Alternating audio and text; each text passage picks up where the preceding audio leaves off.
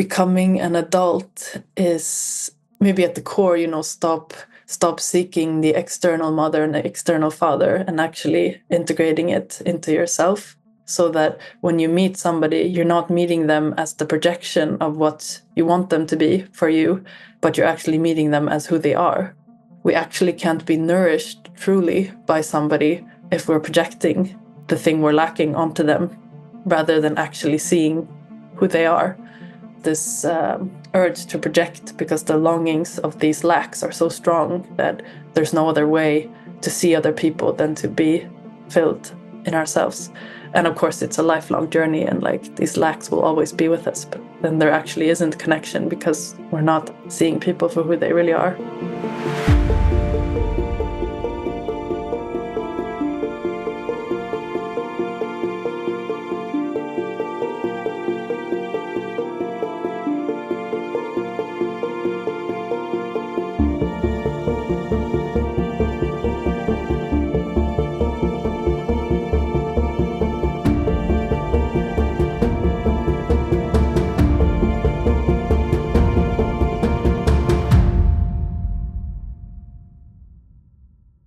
Hi, everyone. Welcome to Psychedelic Conversations. We have a returning guest in the house. Welcome, Fanny Norlin. How are you doing? I'm quite good, but end of the year tired. Also good. Thank you so much for being with us. And this is our second conversation. So we're going to link the first conversation in the show notes if our listeners are interested. Just to give a bit of a context, you are a creator of the Life Force Leadership, an approach that identifies and explores the core dimensions of feminine and masculine leadership. What an area to be in. How is this serving you at where you are currently? It's been a deep exploration since I was introduced to this realm by my teacher, Louis Alcén. I think it's 7 years ago now. Yeah, I mean, I just feel a really deep calling to be in service of kind of her through me. I think most things in life now I kind of filter through this lens of the masculine and the feminine. So it's very all encompassing. Like it's become something that's just always with me. I would say. Yeah. I wanted to dive into something that I'm not sure how it will feel. So at the weekend, we were talking about, so there was a group workshop we had at the weekend, and it was a really interesting, there was some really interesting conversations were coming up. And one of them was, it's like, I guess the student seeks what the student wants to integrate and learn and expand within themselves, right? I've always seen the space in that way now, well, especially after my own processing of some of these ways that I seek what I seek. So what is it that I am looking for within myself, within others, existentially, for example. So when I first came into the self-work, I had no conceptual understanding what I was doing. I think most of our listeners probably can resonate, and you can maybe, it's almost like a blinded sort of like coming in to a space, sort of not knowing where it will lead. And then as it started to expand and evolve and the clarity came, I realized, oh, okay, I'm seeking something within myself that I perceive I don't have, which is connection. And then through that, of course, you know a little bit about my work around the existential mother. So that was the lacking piece in my life. So I feel like I have expanded in that area.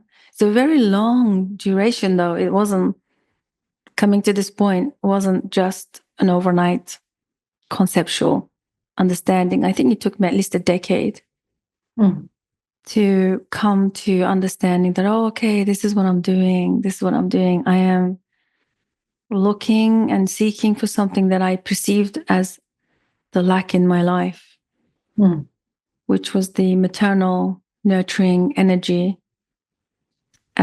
holding, unconditional. So in that, to saying that, I was what I'm trying to bring us to maybe be with this concept of we seek what we feel like we need to discover and expand and integrate. Would you agree with that? Yeah, it's like, I think it's like a Sufi teaching of like becoming an adult is to like maybe at the core, stop seeking the external mother and the external father and actually integrating it into yourself. Because and then that being adult is like being filled up from the inside, and being content with yourself, so that when you meet somebody, you're not meeting them as the projection of what you want them to be for you, but you're actually meeting them as who they are. And that's like two adults meeting, rather than like the more we're just meeting in the projections on each other.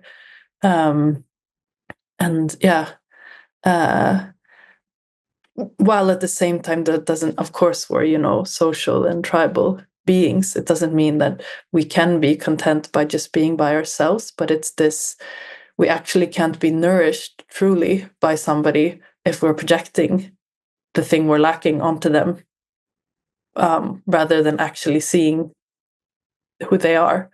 And we can't see who people are until we're like this urge to project, because the longings of these lacks are so strong that there's no other way to see other people than to be filled in ourselves.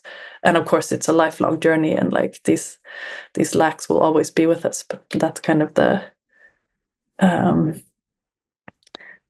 I thought that was so strong as well, like seeing that as a definition of being an adult as well. And then like there's like, we live in with that definition, like we live in a very adultless world, and it becomes quite sad also, this just walking around with these projections onto people. And coming back to what you said about connection, like then there actually isn't connection, because we're not actually seeing people for who they really are. So much valuable observations there and insights. It's that neo-toddlerism concept, right? There's a guy on Substack that I mentioned a few times. His name is Garvinda, and he wrote an article about the rise of the neo-toddlerism. Toddler states is something that we already talk about within our community. It's about understanding and the invitation to realize that in order to, I guess, to grow up and to become that adult for ourselves first, we require to, first of all, modeling and mirroring from the adults, which we, like you said, maybe we lack greatly in our little mini world, and also on the extended outer world, and also meeting people. There was a video that was circling around. I think a female was talking about how we meet people from where our wounds, like from the point of our wounds. Kind of speaks to what you said about projecting onto them this lack. And the wound, whatever it is, and probably mostly maternal. I believe. This has been my experience. And also then just wandering around the world, trying to figure out what this is that we are experiencing. Right? This life, this existence, this where are we going? Like, where are we headed? What are we doing actually? And to be honest, no one really knows, right? It's interesting how we have historic lineages of ancestors, esoteric teachings, teachers from mostly male. So this is something that I've been bringing the conversation back in to. Do you have any female mentors out there? Do we have any maternal, like female embodied figures out there that can also model and help us ground and learn from? So what are your thoughts on? I'm not, by the way, there's a disclaimer here that I don't want to separate. It's just it's an observation from an objective view. That's how it's been. I'm not either going into the toxic patriarchy thing that people are talking about. It's not even that. It's just a very simple observation of where are the female maternal nurturing figures in our society. I'm wondering. Yeah. I mean, I think it's this cycle that you talked about. If we, I mean, that mothers create their children, right? And so if there's a yeah, it just becomes this vicious cycle of lack, and it's difficult to I really feel that, like, our generation, our biggest kind of work or calling or that needs to be done is to heal these mother wounds without the guidance, because I think, and maybe so I read this book, Marion Woodman, Dancing in the Flames, and that I think is, have you read that book? Yeah, I think it's very this historical story that she tells of, like, how, as a society we were first very like lived in very flow with nature and revered the great mother, and it was almost like we were just almost like a baby who was in complete symbiosis with the mother. That was like humankind with nature, like we were completely dependent on it.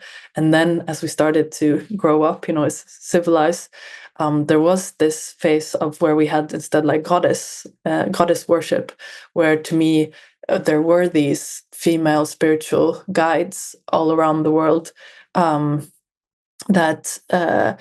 that helped people, individuate from this great mother and actually become, adults and agents, but still with a deep reverence for the feminine.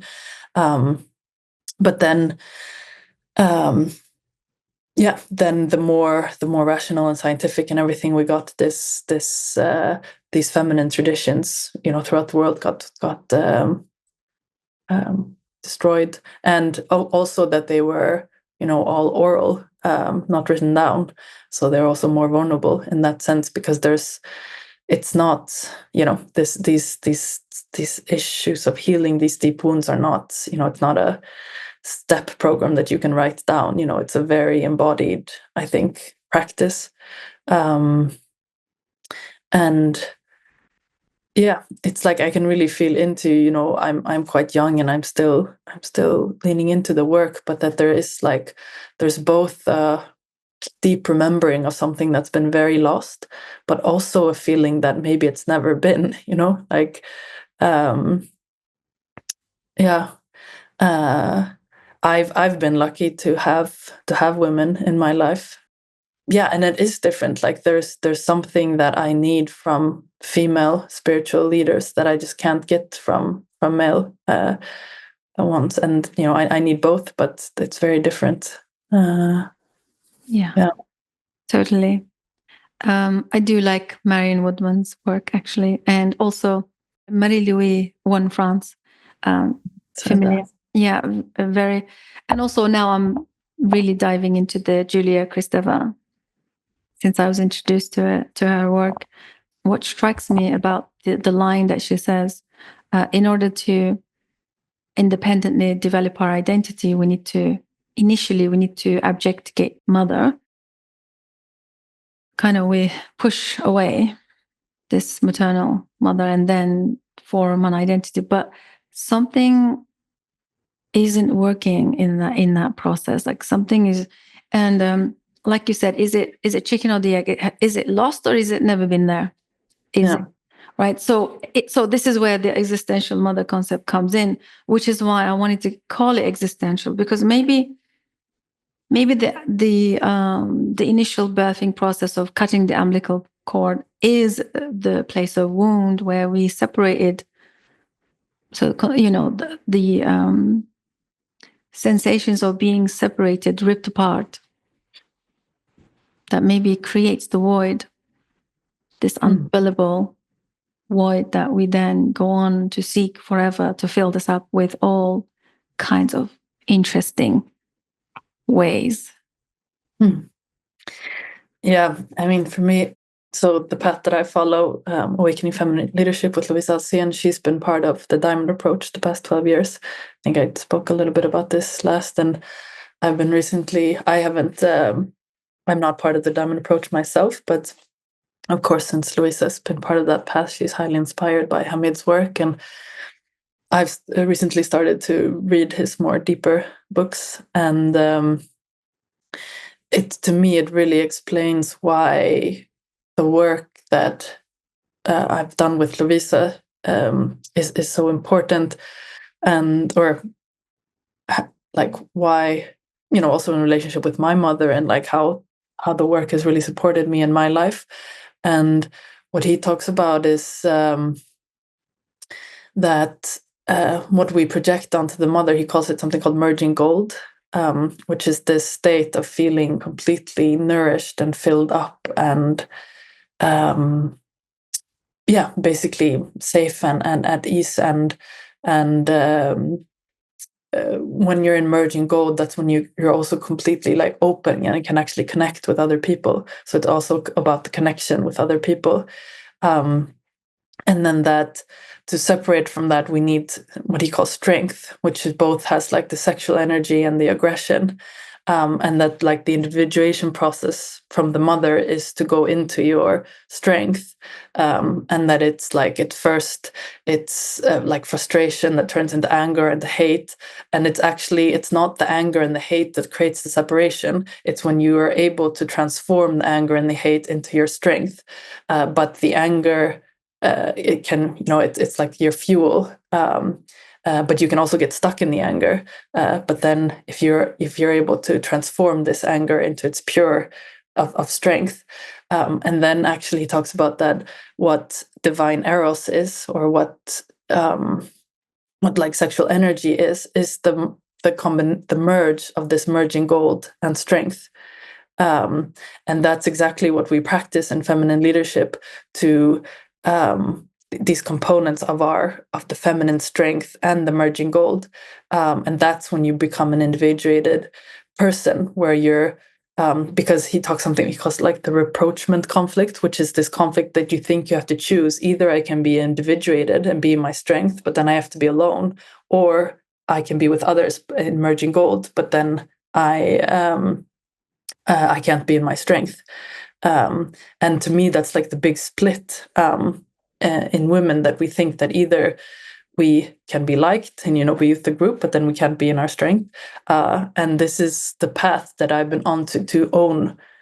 Yeah, and that's why, like, to me, female sexuality is so key in this individuation process. And it's also interesting that it's precisely female sexuality that is, been put the biggest sin in a lot of religious, because it's the best way of avoiding individuation of people, which is the best way of keeping people who aren't individuated in their strength are a lot easier to control. And like how Naomi Wolf, is that her name? She wrote a book called like Vagina. Is that her name? A biography. Anyway, she talks about how, like in war, for example, like going in and attacking the woman is like the best way to like kill the morale, or kill the social fiber. And I think it's this, society without individuated women becomes. And, again, back to your work, because then that creates kids who are not also have all these wounds. And Yeah, it's very powerful what you shared here. To be honest, something that I've been sitting on is, I love what you described in the split, by the way, within the feminine. You know, either I stand on my own, or either I become part of the nest or part of the group, so that I don't have to. So this split is huge in feminine. It's incredibly huge. Yeah. Which I want to come back to. That's the concept that I thought probably this is what the mother wound is. Yeah. And not knowing to be both at the same time, having the capacity to hold the both extremes. Yeah. And, you know, I can imagine why this is easier to manage and control women.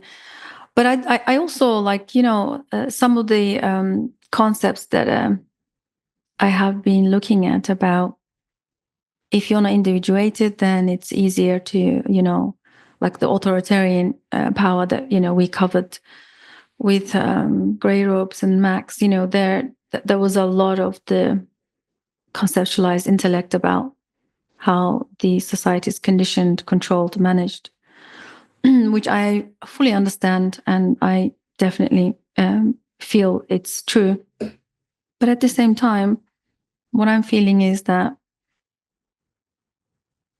I don't think I don't think I don't think it's a conceptual thing for. I don't think it's a conceptual thing, as in you and I, how we talk about it. Like, oh, if women stay in their split, then it's really easy to divide, right? There is something else is at play in women. It is energetic. It's maybe archetypal. There is something else at play within the feminine psyche that when she steps into the individuation process, it's almost like an obstacle course. It becomes an obstacle course. It becomes a journey filled with tests and trials, and you know, it becomes so filled. The path becomes so inundated with like very interesting blocks and things that just show up out of the blue. Probably not. It's a whole nother rabbit hole, but I think you understand where I'm coming from. And I feel like this is what kind of doesn't allow us to go into the individuation in the feminine energy. I am identifying as obviously female in a female body with feminine archetype. So from the beginning of my own seeking, the moment I get closer to merging the split, to begin to integrate what's split in me, the level of resistance, the level of interesting things that gets thrown at me, it's like, you know, I rather just be where I am than actually go through this process. Do you resonate with that? Yeah, and I think this has so many levels to it. It's because I think there's the individual fear. There's the like your lineage, you know, like what's happened with the women in your lineage. So like kind of what's in your DNA almost, and then there's the collective layers of it. So it's so it's so there's so many levels of this resistance, and it's almost like I don't even know where to start. Like, and I mean, first to say yes, like I really, I also have the same experience. Crazy things like pulling my Achilles tendon, you know, not being able to walk for 6 months, at like, yeah, just these, and not, and I'm not, you know, I'm not like some crazy, superstitious, like it's you know, it's not that, it's like what I'm trying to get to is both the like internal fear and the external hate and fear towards female power. That's very, very real, and it's very different depending on in what society you're in and such. So it's, you know, it's and and I think we talked about this last time, like when I feel like, you know, there's been different layers of healing this split for me, and I think there is always for women, and it's often been connected to a very like dark night of the soul, for me. And the last one that was like a major one was 7 years ago, where yeah, like really letting go of projecting this merging gold outside of myself and really taking it and like basically learning self-love, you know, is an easy way of because that's the thing, you know, like we think that we're going to become alone if we go into our strength, if we're projecting this love onto other people. But if we have it within ourselves, it becomes clear that just because I go in my strength, I don't lose it. Actually, they help each other, like the love and the strength, to use easy words. But like for me to take that self-love into myself, like I thought I was gonna die, you know, like it was or I had to die. I allowed myself to die, to let go, and then but the thing was that what allowed me to dare to die was the reconnection to my to eros, to aliveness, to my sexuality. It's like it helped me bring almost like a guiding light into that depth, into that darkness, and to dare to go deeper into the darkness than I had dared to, so I could come to the bottom of it, to that place, and surrender. And it was it was like coming in contact with other women who were on the journey with me, so kind of having that support, and also my sensuality and my sexuality, and which is this, it's like it's actually the other way around, that it's like it's the strength that allows us to be able to dare to go to that place, with that, yeah, and yeah, and I think this is so, and this is also, you know, a collective thing that we know nobody is teaching women how to access our strength, how to access our sexuality, how to access this feminine power, and so I almost see it as like I talked about this last time. I started to identify like 3 layers that have disconnected us from our power, and it's almost like we have to go backwards to go down into our power, and we don't have to, but I think it becomes so much easier, where like the first layer is this mother wound, like this split, and then the second layer I call the witch wound, like this splitting us from our sexuality, and then the third layer is just splitting us from being women, you know, like in the modern world, like there's so then it's like first like reclaiming that actually I am a woman, and reclaiming our body, reclaiming our sensuality, reclaiming our desires, reclaiming our yes, and it gives us this eros that allows us to dare to go into the witch wound, and in the witch wound, that's about sisterhood also, like learning how to collaborate and go with other women. And then when you have your, you know, tight, you have some women like, okay, they really have my back, then you can go down into the mother wound. It's like I'm starting to map out a way back that correlates with how history has unfolded, and it's almost like we have to unpeel reversely, because otherwise it's too scary, I think. Absolutely. So in the existential mother, the hypothesis, one of the biggest blocks or the obstacles within the women, like feminine psyche, to go right to the ground zero of what this is. I mean, look, it's so interesting. If we look at some of the work that has been done, there is this concept of like going into the underworld. Like there is always this concept, like women as women, it's just inevitable not to. It's somehow like like we have so many mythologies around women going into underworld, like in Greek myths and Persephone, for example. So existential mother hypothesis presents that we cannot go into the ground zero of what this is, because even in the psychedelic rituals, or as you are familiar with, when it's a group of men and women, and when there is something kicks off with another woman, the first people to react to that are the women. It's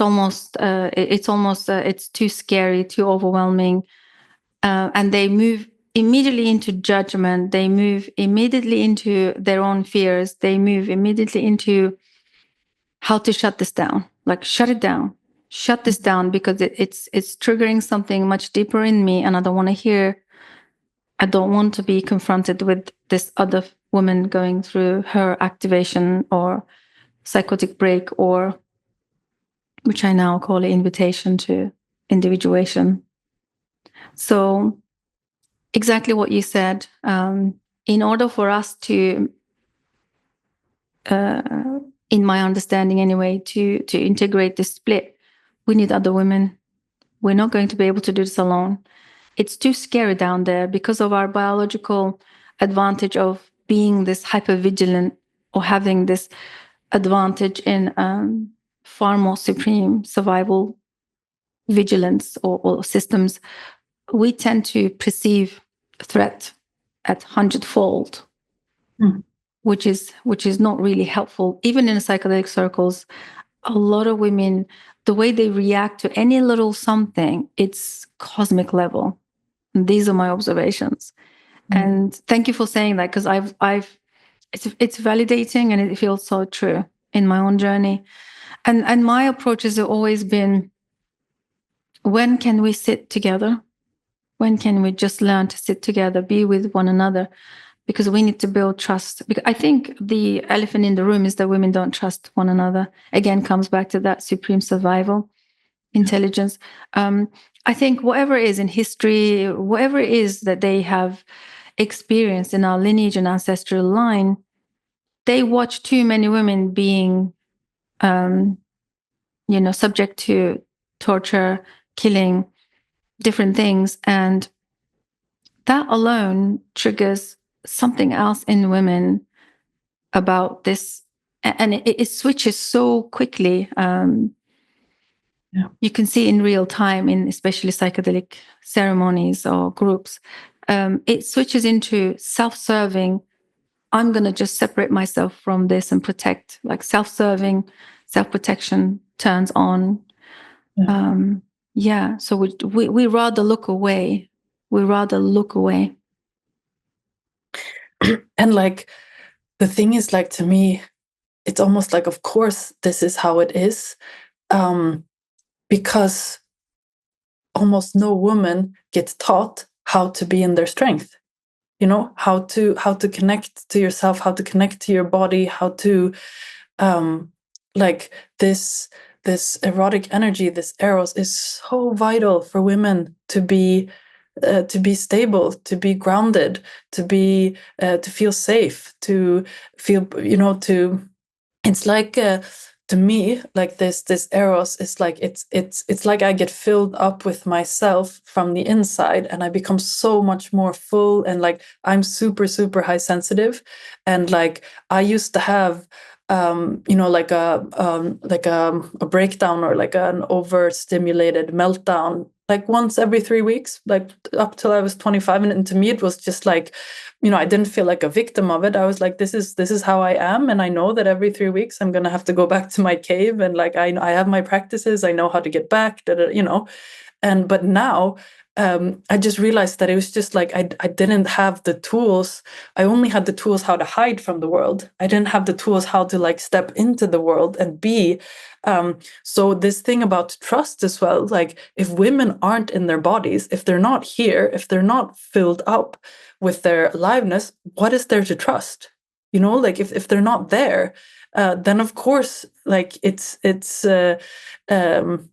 so it's this, and I can get a bit like, like in men's work, in women's work, like when we talk about how women are, that they don't trust each other, they're hyper vigilant, like all these things, like, yes, because it's women in like really shitty conditions that are not being taught how to be in a female body. And like, of course, they're completely fucked. Like, but to me, that's not like the nature of women, like that's the nature of women put in a context that, yeah, but then of course we can't be blind to that and just say no, women don't have these shadow sides. Like, yes, they're really here, but to me it becomes, I'm like in the study of how to create spaces where women become their best selves, and do that.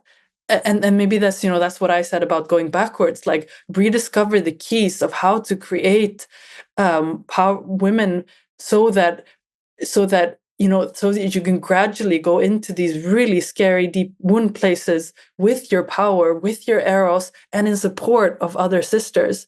And because to me, like a woman who's just look at myself, like me, before and after I understood the female body and understood myself and understood these feminine practices, like I didn't like my sensitive sides, like they weren't a superpower. They were more my empathetic, like they were more of a burden. And now when I understand how my body works and who I am, and how I'm different from men, like I can use them as a superpower. And yeah, and it is what allows me to go into the underworld, like it's this really paradoxical thing. Like you can look at like, oh, you guys are just like flirting and dancing and talking about eros and sensuality, and it's like, yes, and that's what it's this paradox again. And like, yes, that's what also allows me to like meet the world and go into the darkest places of my psyche. um Yeah.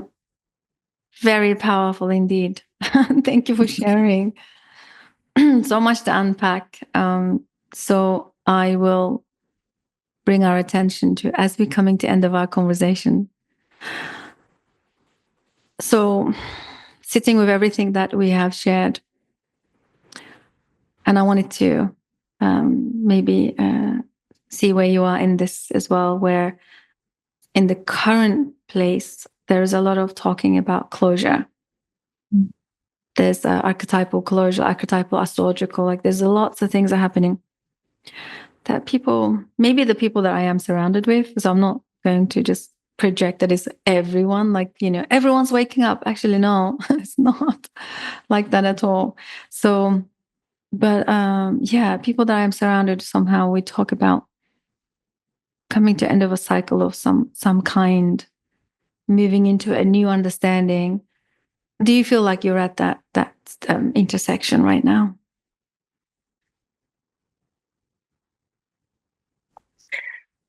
Yeah, I think for me personally, and also with women around me, like there's been this, it feels like we're closing maybe this first layer that I talk about like just reclaiming the fact that we're women, reclaiming our femininity, and that we're now getting ready to go into like the next level, which is about this like deeper sisterhood and deeper power, deeper fierceness, really meeting the world more like a more pragmatic or more fierce or less naive, something. And there is also something about that, kind of in the world that that there's also it's being called for, but it's also so, like you say, like what's my bubble and what's actually the bigger field. But how about you? What's your relationship to closing right now? Yeah, I think it's everywhere in a micro and a macro level. I think it's some people will experience it in a micro tiny levels. I do sense that there is something definitely around this decade somehow some closure is coming along for whatever it is, in what concept, what kind of in practice that it looks like for other people. And I love what you said. And I feel like it's not like the world is shaking and things are transforming, but it's happening in our psyche. It's more about probably exactly what you said, letting go of the naivety, pretense, not being able to speak to these taboos that created, the collective psyche that created taboos, getting behind these taboos. Yeah. That's what it is for me. Being more mindful in this process. I've never been so present in any of my, from the beginning to now. This is the only time that I feel absolutely present to what's happening. And that's probably just another layer. I'm sure there's infinite layers to it, as it does. But there is this dance between I'm okay where I am and I'm very present, and then okay, if it unfolds, then I'm there too. If I can go further, then I'm okay with that too. There is this letting go, but also like being present. It's an interesting. It's definitely psychological for me at this point. Yeah. Thank you so much for asking. Wow, this has been very powerful, as expected. Thank you so much for everything you bring to table and the work that you do in the world. Yeah, likewise, Susan. And before we let you go, tell us where our listeners can find you and find your work. I think the best way is my website, fannynorlin.com. You can find some writing and also links to podcasts and such. Okay, great. We'll add those in the notes as well. And looking forward to these. Maybe we should do annual catch-ups or every 6 months catch-ups, because there is this, your openness is so inspiring that it brings conversations that we need to have. And it's also very grounded. That's what I feel from you. Very grounded, very open, neutral, allowing what is coming, and also being able to tackle with complexities. So that's amazing.